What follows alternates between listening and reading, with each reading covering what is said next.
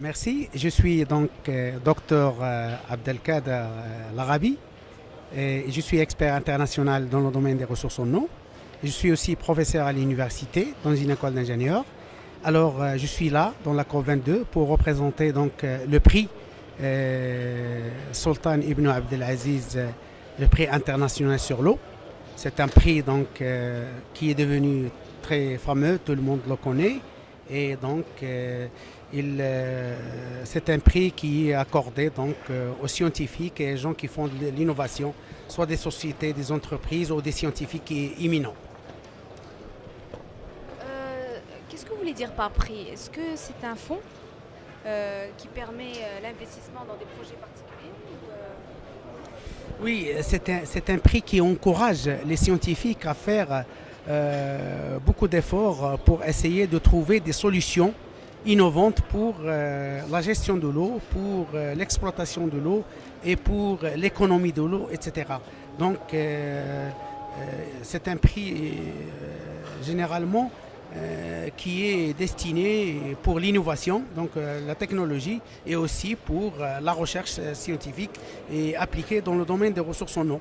Et surtout dans la région où l'eau se fait très très rare, donc à cause des changements climatiques ou bien à cause de la surexploitation, comme la région donc, arabe ou la région méditerranéenne ou en Afrique ou dans toutes les zones du monde où l'eau se fait très très très rare. Voilà.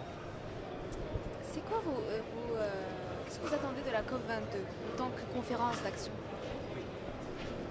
Alors, je participe ici à la COP22 et on est très content d'abord que l'accord est passé et on est très content qu'il y a quelques jours, donc même une semaine, et nous sommes très contents donc de cet accord-là et par conséquent maintenant ici donc à Marrakech, on attend l'action, on attend donc la mise en œuvre et nous sommes là pour aider, pour expliquer aux gens, etc.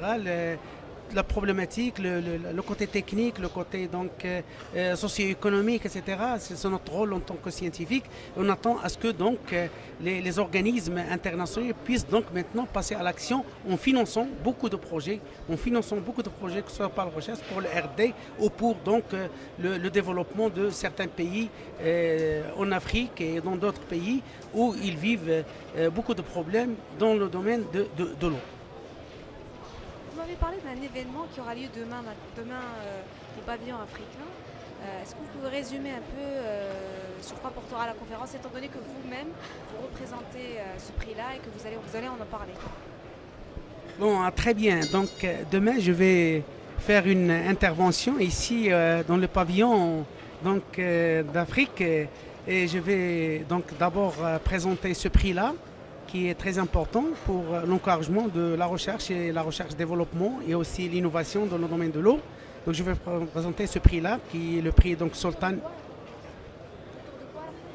La conférence sera autour exactement de les zones dans les oasis, c'est-à-dire les zones les plus touchées par les changements climatiques et par la rareté de l'eau, et aussi dans le littoral. Ce sont donc les ressources dans le littoral, les eaux douces qui sont envahies par les eaux de mer, et lorsqu'on irrigue avec l'eau de mer, eh bien, on détruit toute la culture, on détruit le sol ne donne rien, et par conséquent, les populations abandonnent leur exploitation et abandonnent donc leur village. Et je vais donc parler de ça pour un petit peu sensibiliser les gens pour qu'ils puissent investir dans ces zones-là qui sont le littoral, qui est très important, qui joue un rôle très très important, et ainsi de suite. Je vais parler un petit peu de ça.